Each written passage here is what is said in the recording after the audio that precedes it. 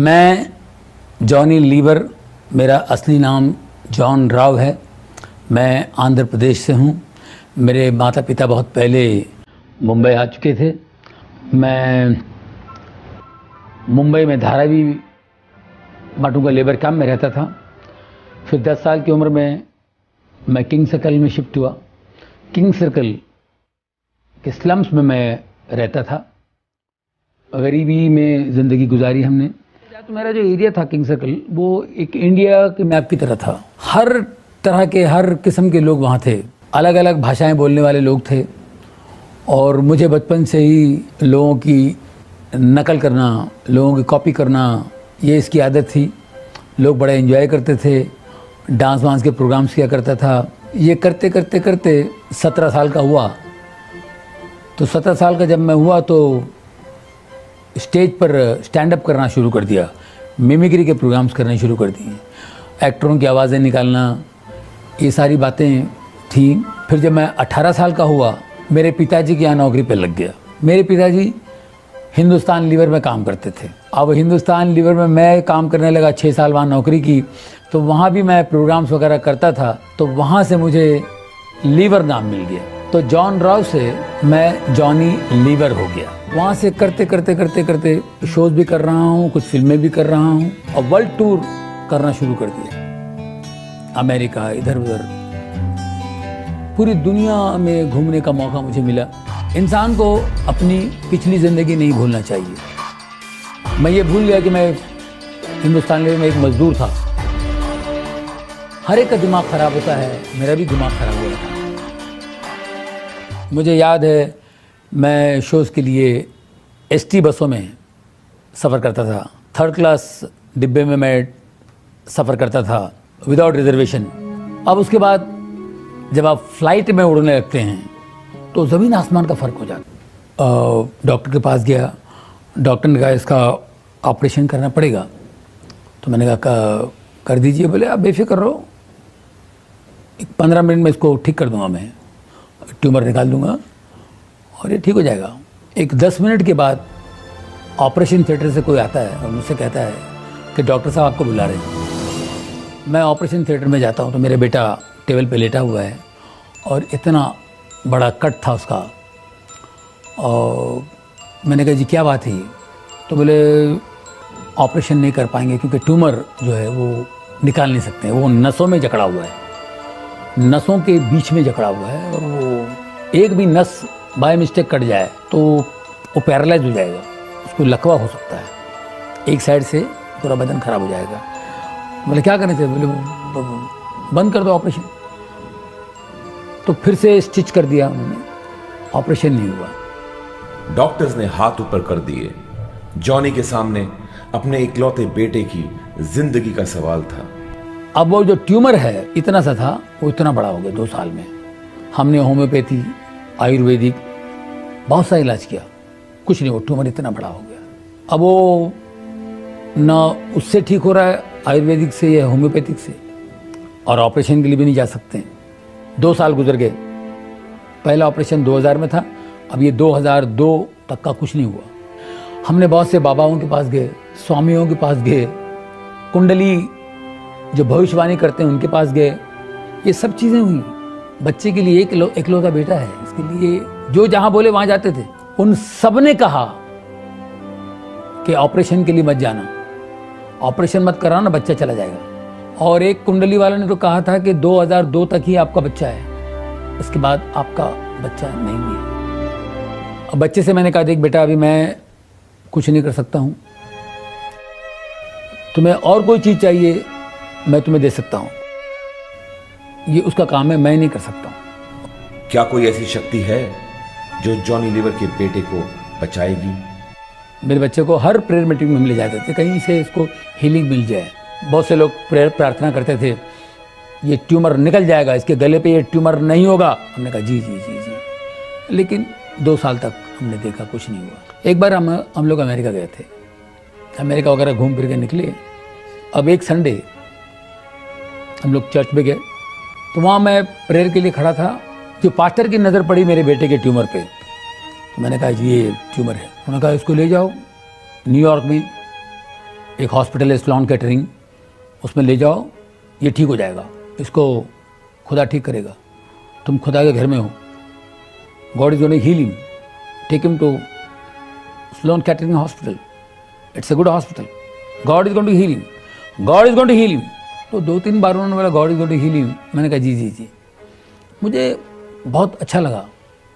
उन्होंने ये नहीं कहा कि हॉस्पिटल बहुत अच्छा है, वहाँ के डॉक्टर बड़े अच्छे हैं, डॉक्टर्स आपको ठीक करेंगे, डॉक्टर का नाम नहीं लिया, इसको ले जाओ, God is going to heal him. वो बात मुझे टच कर गई। क्या हम हमारी चंगाई के लिए परमेश्वर पर भरोसा कर सकते हैं? मैं बिल्कुल नरक में था, गलतियों में था, पाप में था। क्या आप मेरी प्रार्थना परमेश्वर सुनते हैं? और इतना बड़ा चमत्कार हो सकता है। क्या परमेश्वर पापियों की प्रार्थना को सुनता है? मेरी वाइफ ने कहा चेकअप क्यों करा रहे हैं आप, ऑपरेशन कराना पड़ेगा। और डॉक्टर ने कहा ऑपरेशन करे तो ये होगा, लकवा मारेगा, फलाना होगा, उसकी आंखों की रोशनी जाएगी, ये सब बातें थी। तो मैंने कहा देखो, डॉक्टर ने बोला ठीक है, लेकिन गॉड पे विश्वास करना बहुत ज़रूरी है, और जीसस हमारा जिंदा है। और मुझे आवाज़ आई, जा बेटा जा, ऑपरेशन कर, डर मत, मैं तेरे साथ हूँ। मेरा बदन पूरा ऐसा चल रहा। मैंने वाइफ से कहा मुझे आवाज़ आई, मुझे ऑपरेशन करो, ऑपरेशन के लिए जाओ। तो मेरी वाइफ ने एग्री की, ठीक है। क्या जॉनी लीवर ने वाकई परमेश्वर की आवाज सुनी, या फिर ये उनके मन का वहम था? हम लोगों को डर था को पैरालाइज होगा, आंखों की रोशनी कम होगी, लेफ्ट हैंड बिल्कुल 100% पैरालाइज होगा। यहाँ बहुत से लोग प्रार्थना कर रहे थे मेरे बेटे के लिए, हम भी बहुत प्रार्थना में थे। अब सिर्फ हमने परमेश्वर पर विश्वास करके ये तय किया था कि ऑपरेशन कर लिया जाए। अब ऑपरेशन के दिन 3 घंटे का ऑपरेशन था, और मेरा बेटा ऑपरेशन थिएटर में था। 3 घंटे के बाद मेरा बेटा बाहर आया। हम लोगों को डर था, जैसे कि यहाँ उन्होंने कहा था को पैरालाइज होगा, आंखों की रोशनी कम होगी, लेफ्ट हैंड बिल्कुल 100% पैरालाइज होगा। लेकिन मेरा बेटा 3 घंटे बाद जब बाहर आया, अपने लेफ्ट हैंड से बोला daddy I am absolutely all right. बिल्कुल ठीक था। 11:30 बजे वो बाहर आया, और 12:30 बजे वो वीडियो गेम खेल रहा है। बिल्कुल कोई प्रॉब्लम नहीं। मैं बिल्कुल नरक में था, गलतियों में था, पाप में था। मैंने कहा क्या आप मेरी प्रार्थना परमेश्वर सुनते हैं? और इतना बड़ा चमत्कार हो सकता है। और ये चमत्कार कोई मजाक नहीं है, कोई मामूली चमत्कार नहीं है, इसको मैं इजी नहीं दूंगा। जिस दिन मेरा बच्चा ठीक हुआ, उसका ऑपरेशन बिल्कुल सही तरीके से हुआ, उसको जब चंगाई मिली, मेरी जिंदगी बदल गई। इतने बड़े चमत्कार का जॉनी के जीवन पर क्या असर हुआ? अब इसके लिए मुझे दारू छोड़ना पड़ेगा, सिगरेट छोड़नी पड़ेगी। वो सामर्थ जिसने जॉनी के बेटे को चंगा किया, क्या वही सामर्थ जॉनी को उनकी बुरी आदतों पर विजय दिला सकता है? तो मैंने सोचा कि भाई जिंदगी में बदलाव तो आने चाहिए, तो ये सारी चीज़ें छोड़ दूँ, शराब, सिगरेट, ये वो।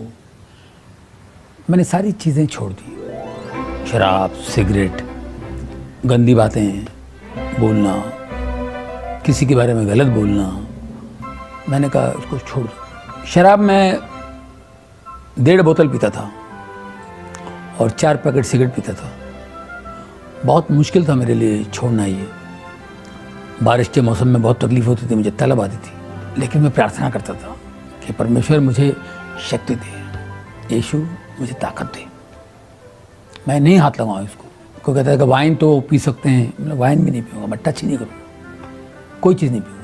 जब परमेश्वर की रोशनी आती है तो एक ताकत आती है आपके अंदर, और उस ताकत से आप इन चीज़ों को फॉलो कर सकते हैं, इस मार्ग पे चल सकते हैं। हम अपने गलतियों से सीखते हैं, गलतियों से ही हम सीखते हैं, मगर गलती का पता चले तब ना। दोस्तों, जब मेरी ज़िंदगी में रोशनी आई तो सबसे पहले मैंने अपनी बीवी से माफ़ी मांगी, क्योंकि मेरी बीवी बहुत परेशान थी मुझसे। मैंने उससे बहुत बार एक बार नहीं, कई बार माफ़ी मांगी, बार बार याद आता था। जब भी याद आया माफ़ी मांगी, जब भी याद आया माफ़ी मांगी। मेरी वाइफ बोलती है अरे ख़त्म हो गया, अभी फिनिश, अब ऐसा मत कीजिए, अभी आपने इतना, आप में चेंज आ गया और आपने इतना कर दिया कि वो पूरा वसूल हो गया है। मेरी ज़िंदगी में इतना बदलाव आ गया है। 2002, आज 2013 है, 11 साल हुए। बहुत कुछ करके, इतना कुछ कमा के, नाम कमा के, पैसे कमा के, शांति नहीं थी।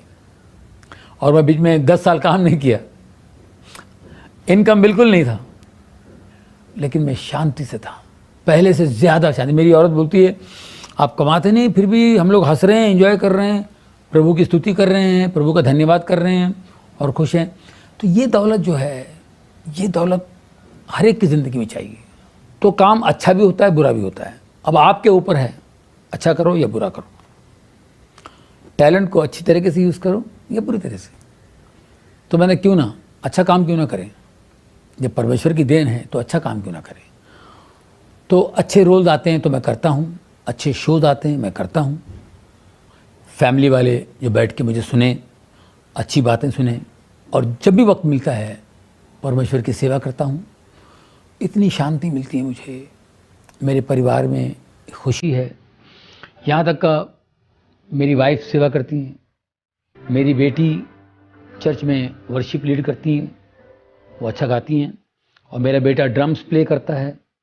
हम चारों मिलकर सेवा कर रहे हैं और आज हमको इतनी शांति है और इतना सुकून है। जो बदलाव मेरे जीवन में आया है, मैं चाहता हूँ यही बदलाव आप लोगों के जीवन में भी आए। आप भी परमेश्वर को जानें, कौन है सृष्टिकर्ता, वो एक है, वो कौन है। परमेश्वर का हाथ थाम लीजिए, उनके बेटे यीशु के नाम से आपका हाथ थाम लीजिए।